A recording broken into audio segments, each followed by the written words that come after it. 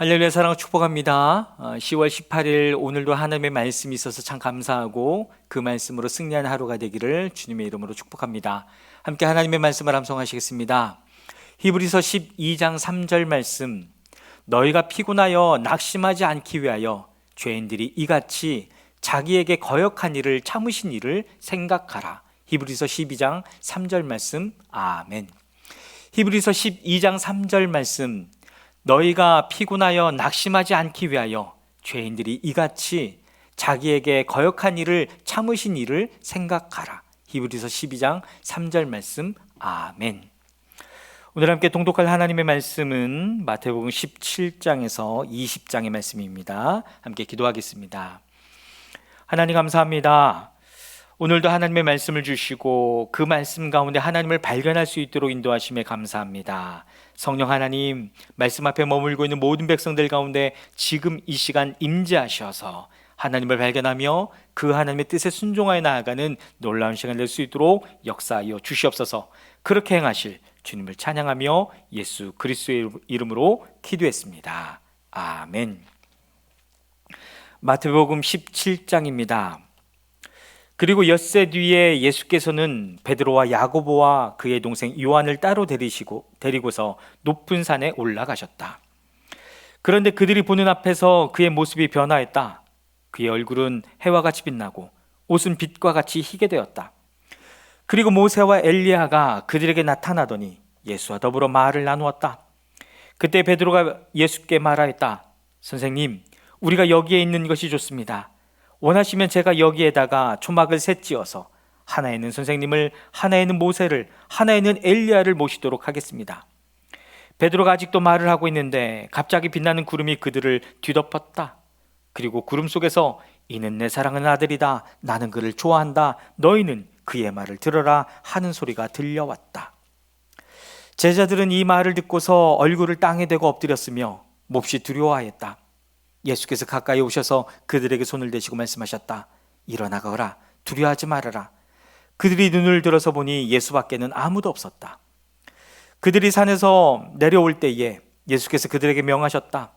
인자가 죽은 사람들 가운데서 살아날 때까지는 그 광경을 아무에게도 말하지 말아라. 제자들이 예수께 물었다. 그런데 율법학자들은 어찌하여 엘리야가 먼저 와야 한다고 합니까? 예수께서 대답하셨다. 확실히 엘리야가 와서 모든 것을 회복시키실 것이다. 내가 너희에게 말한다. 엘리야는 이미 왔다. 그러나 사람들이 그를 알지 못하고 그를 함부로 대하였다. 인자도 이와 같이 그들에게 고난을 받을 것이다. 그제서야 비로소 제자들은 예수께서 세례자 요한을 두고 하신 말씀인 줄을 깨달았다. 그들이 무리에게 오니 한 사람이 예수께 다가와서 무릎을 꿇고 말하였다. 주님, 내 아들을 불쌍히 여겨주십시오. 간질병으로 몹시 고통받고 있습니다. 자주 불 속에 빠지기도 하고 물 속에 빠지기도 합니다. 그래서 아이를 선생님의 제자들에게 데리고 왔으나 그들은 고치지 못하였습니다. 예수께서 말씀하셨다. 믿음이 없고 비뚤어진 세대여, 내가 언제까지 너희와 같이 있어야 하겠느냐? 내가 언제까지 너희에게 참아야 하겠느냐? 아이를 내게 데려오느라.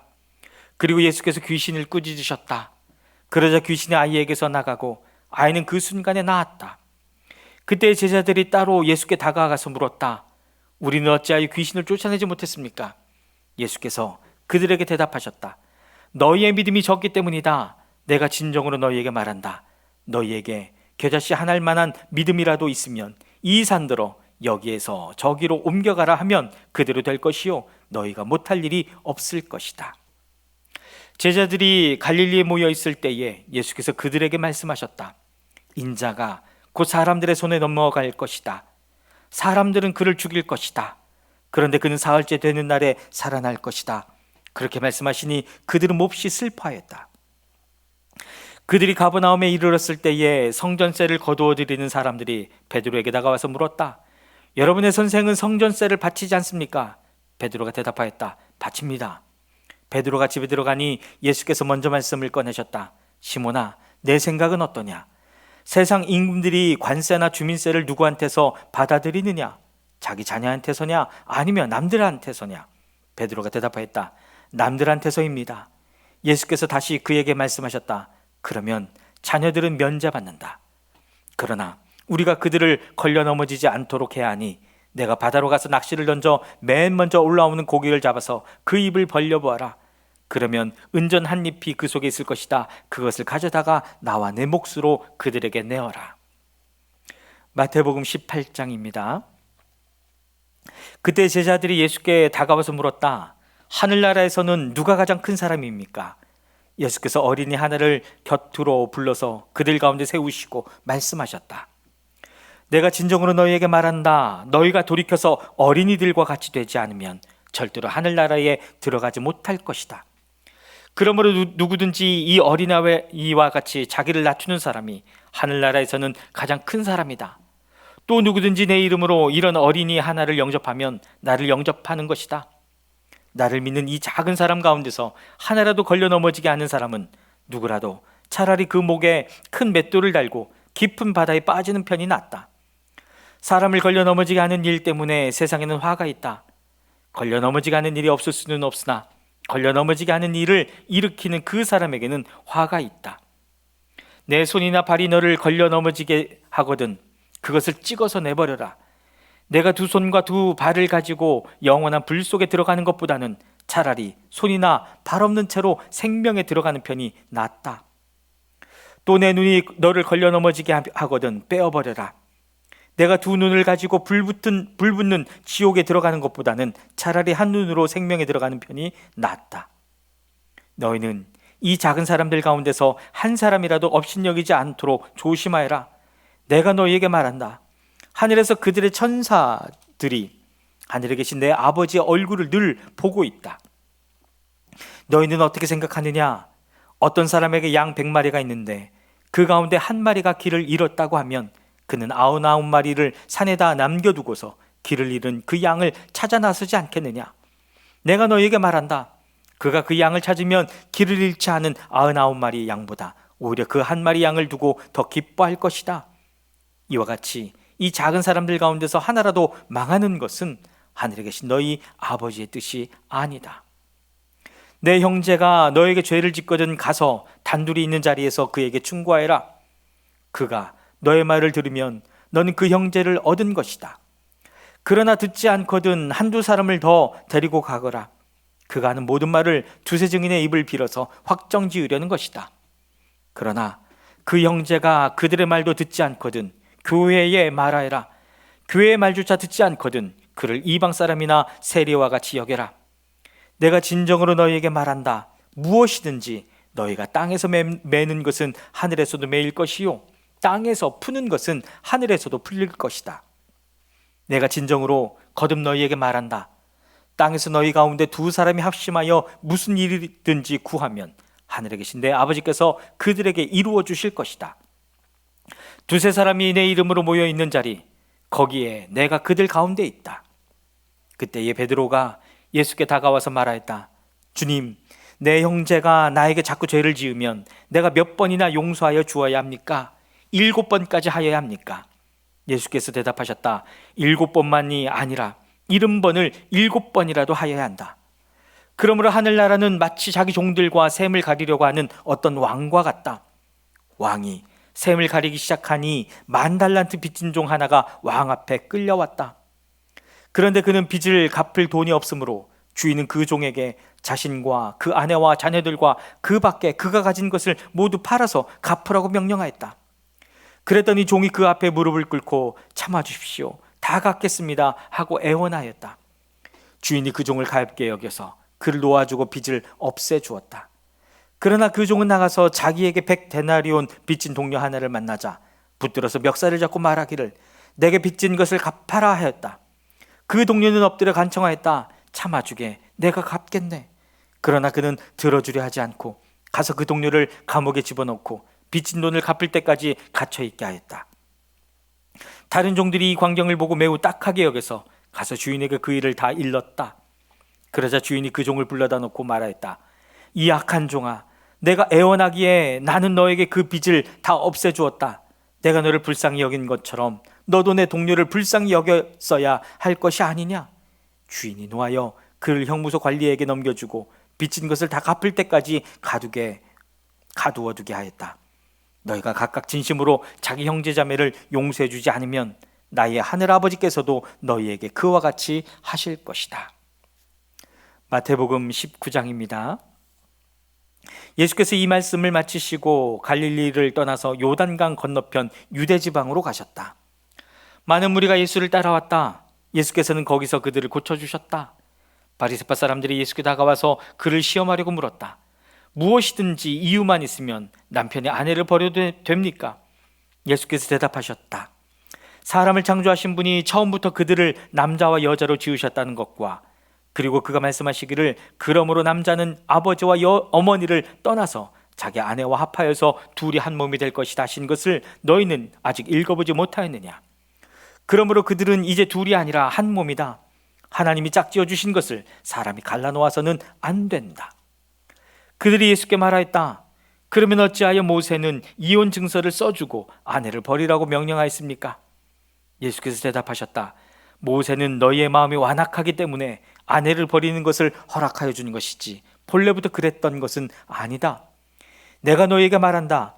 음행한 까닭이 아닌데도 아내를 버리고 다른 여자에게 장가드는 사람은 누구나 간음하는 것이다. 제자들이 예수께 말하였다. 남편과 아내 사이가 그러하다면 차라리 장가들지 않는 것이 좋겠습니다.